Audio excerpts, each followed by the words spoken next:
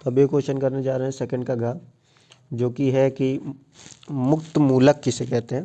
तो मुक्त मूलक समझते हैं कि मुक्त मूलक देखो है क्या, कि हम दो एग्जांपल लेते हैं। एक तो हम ले रहे हैं HCl का, दूसरा हम ले रहे हैं Cl2 का। ठीक, इनको जरा अगर इनका बॉन्ड स्ट्रक्चर बनाया जाए तो HCl बॉन्ड ऐसा और Cl बॉन्ड Cl ऐसा। लुईस स्ट्रक्चर बना जाए, लुईस संरचना, तो इसका ये इलेक्ट्रॉन, इसका ये इलेक्ट्रॉन, ये रहा लुईस संरचना। और Cl का बनाया जाए तो इसका इलेक्ट्रॉन, ये इसका इलेक्ट्रॉन Cl। ठीक, ये है लुईस संरचना। ठीक, लुईस संरचना, दोनों ही लुईस संरचना है जो मैंने बनाई है। तो ये भी है और ये भी है। यहाँ X और डॉट बनाया है, X मतलब हाइड्रोजन, इस हाइड्रोजन का इलेक्ट्रॉन है, ये डॉट मतलब इस क्लोरीन का इलेक्ट्रॉन है। यहाँ पर X और डॉट बनाया है, यहाँ X इस क्लोरीन का इलेक्ट्रॉन है और यहाँ पर डॉट इस क्लोरीन का इलेक्ट्रॉन है। हमको पता है कि इलेक्ट्रॉन एक ही जैसा होता है, इलेक्ट्रॉन अलग अलग नहीं होता है। बस हमने यहाँ पहचानने के लिए कि कौन सा इलेक्ट्रॉन किसका है, मूवमेंट किधर जा रहा है, ये सब देखने के लिए क्या करा, कर लिया, बना लिया। तो इस संरचना को हमने लुईस संरचना बोला। अब ये क्या है कि किसी दिन किसी वजह से ये टूट गया। ठीक, टूट गया तो हमको पता है क्लोरीन क्या है, ताकतवर है। क्लोरीन इलेक्ट्रोनेगेटिव एटम है, विद्युत ऋणात्मक है। तो ये क्या करेगा, क्लोरीन दोनों इलेक्ट्रॉन को, ये जो बॉन्ड के दोनों इलेक्ट्रॉन है, ठीक, इनको क्या करेगा, खींच लेगा और इसके ऊपर क्या आ जाएगा, पेयर आ जाएगा। ठीक, तो ये क्या है, विद्युत ऋणात्मक है, विद्युत ऋणात्मक। विद्युत ऋणात्मक यानी इलेक्ट्रोनेगेटिव। इलेक्ट्रोनेगेटिव कौन होते हैं, जिनके पास इलेक्ट्रॉन खींचने की ताकत होती है। तो इनके पास इलेक्ट्रॉन खींचने की, जब ये टूटेगा तब, तो टूटेगा तो ये इलेक्ट्रॉन खींच लेगा और इसके पास ये इलेक्ट्रॉन नहीं खींच पाएगा तो ये इलेक्ट्रॉन अपना दे देगा। अब जो इलेक्ट्रॉन लेता है उस पर आता है माइनस का चार्ज, जो इलेक्ट्रॉन देता है उस पर आता है प्लस का चार्ज। ऐसे बनते हैं, इस तरीके से बनता है आयन। ठीक, टूटने का रीज़न बहुत सारा हो सकता है हमने हीट करके तोड़ा हो सकता है हम किसी रिएक्शन मैकेनिज्म में इंटरमीडिएट बनना हो, या हो सकता है किसी स्पीसीज में ये डोनर ग्रुप का काम कर रहे हो, या हो सकता है लिगेंड हो, what ever the reason is. But हाँ, टूटा, हमको बस केवल ये देखना है कि टूटने पर क्या हुआ है। तो टूटने का रीज़न कुछ भी हो, बट टूटने पर यहाँ पर क्या है, इसने अपना इलेक्ट्रॉन दे दिया, या ये कह सकते हो क्लोरीन ने दोनों इलेक्ट्रॉन खींच लिए। तो क्लोरीन के ऊपर माइनस का चार्ज, हाइड्रोजन के ऊपर प्लस का चार्ज, और प्लस माइनस आते ही इस पर क्या हो गया, ये दोनों आयन बन गए। लेकिन इस क्लोरीन के बारे में ज़रा सोचो, दोनों के दोनों ताकतवर। तो जब टूटेगा तो ये क्लोरीन अपना इलेक्ट्रॉन लेके अलग हो जाएगा, ये क्लोरीन अपना इलेक्ट्रॉन लेके अलग हो जाएगा। क्या दोनों पे कोई चार्ज आएगा, क्या आयन बनेंगे क्या? आंसर है नहीं, क्योंकि इसने अपना इलेक्ट्रॉन लिया और इस क्लोरीन ने अपना इलेक्ट्रॉन लिया। जब कोई अपना ही इलेक्ट्रॉन अपने को ले रहा है तो उस पर क्या प्लस और क्या माइनस। यहाँ पर देखो, इस क्लोरीन ने क्या करा, दोनों इलेक्ट्रॉन खींचे हैं, लेकिन माइनस केवल एक आया। क्यों माइनस एक आया? क्योंकि एक इलेक्ट्रॉन हाइड्रोजन का खींचा है, उसकी वजह से माइनस आया। अपना इलेक्ट्रॉन तो खींचा, वो तो घर का ही इलेक्ट्रॉन था, तो उसको खींचने पर कोई माइनस का चार्ज नहीं है। बस कि जो माइनस आया है वो हाइड्रोजन का एक इलेक्ट्रॉन जो लिया है वो एक माइनस की वजह से, उसकी वजह से एक माइनस दिख रहा है।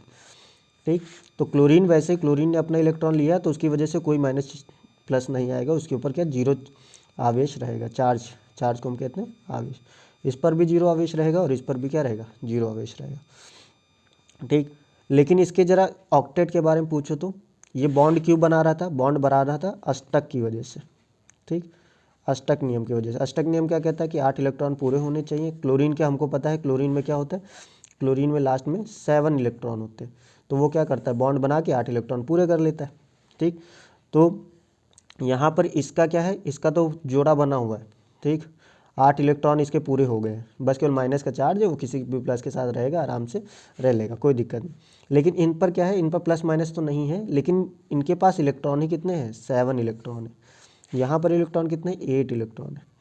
ठीक, तो इसके पास 7 इलेक्ट्रॉन, अभी भी 7 इलेक्ट्रॉन दिख नहीं रहा है, तो इसका पूरा कॉन्फ़िगरेशन बनाओ, 2 2 और ये 2 6, इसके 7 इलेक्ट्रॉन बनाओ, ये हमने बना दिए 7 इलेक्ट्रॉन। ठीक, तो इसको थोड़ा वापस से वैसे बनाते।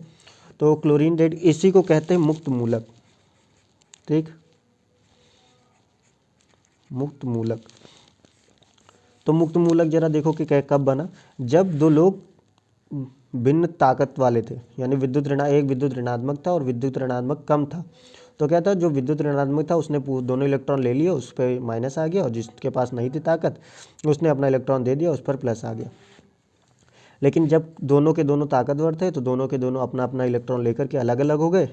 अब दोनों के पास एक एक इलेक्ट्रॉन क्या रहा, अनपेयर्ड बची है, ठीक है। देखो यहाँ पे सबके जोड़े हैं, देखो ये 2 इलेक्ट्रॉन, इसके अलावा 6 इलेक्ट्रॉन और होंगे, ठीक, सारे जोड़े में है। लेकिन यहाँ पर क्या है, कोई भी जोड़, सारे जोड़े में तो है लेकिन एक इलेक्ट्रॉन क्या है, एक इलेक्ट्रॉन का जोड़ा नहीं बना है, इसको कहते हैं अयुग्मित इलेक्ट्रॉन है, ठीक।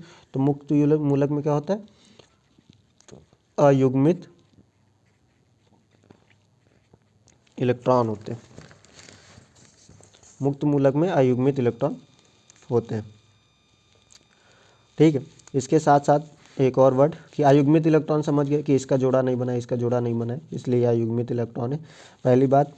तो इसमें पहली बात ये रही कि आवेश नहीं होता है, एक पॉइंट ये हो गया।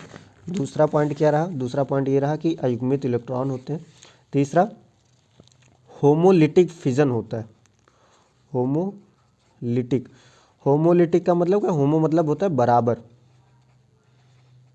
ठीक, होमोलिटिक का मतलब होता है बराबर। फिजन,